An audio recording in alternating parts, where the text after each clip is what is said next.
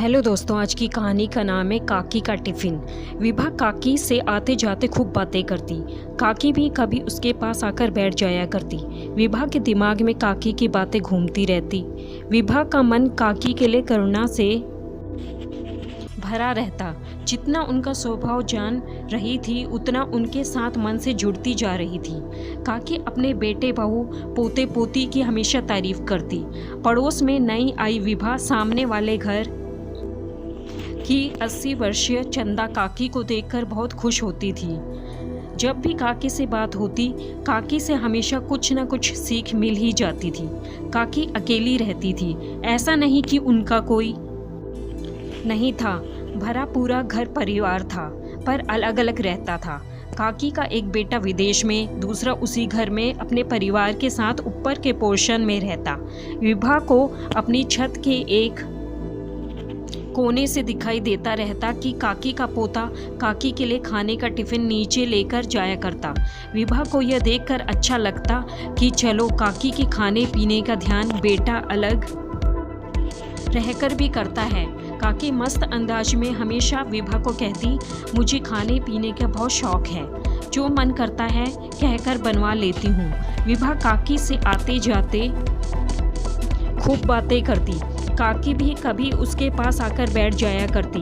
विभा के दिमाग में काकी की बातें घूमती रहती। विभा का मन काकी के लिए करुणा से भरा रहता। जितना उनका स्वभाव जान रही थी उतना उनके साथ मन से जुड़ती जा रही थी। काकी अपने बेटे बहू पोते पोती की हमेशा तारीफ करती। विभा के पति टूर पर रहते। 2 छोटे बच्चों के साथ विभा उनकी पढ़ाई लिखाई में व्यस्त रहती, पर बीच बीच में काकी की ज़िंदगी पर नज़र डालने का लोभ संवरण छोड़ ना पाती। काकी के बेटा बहू उसे शुष्क से इंसान लगते। कभी उन्हें काकी के साथ कहीं आते जाते हंसते बोलते नहीं देखा था, पर काकी थी कि इतने शौक से बताते कि आज टिफ़िन में क्या था, क्या चीज़ अच्छी बनी थी, क्या चीज़ बहुत दिनों बाद खाई। काकी जितना इमोशनल होकर बात करती उतनी ही प्रैक्टिकल भी थी। विभा के पति सुनील जब घर होते विभा काकी की बात करती तो वो कहते, विभा तुम्हारी काकी तो तुम्हारे सिर चढ़कर बोलती है, इतना दिल मत लगाओ उनसे, हम किराएदार हैं, यहाँ से जाना होगा तो काकी को याद करके फिर उदास रहोगी। क्या करूँ सुनील, काकी इस उम्र में भी कितनी जिंदा दिल हैं, एक प्रेरणा सी मिलती है उनसे। यहाँ तो अपने रिश्तेदार ही दूर हो गए, सबके सब मतलब के दोस्त थे। विभा अपने पुराने जख्म याद कर उदास होती रही।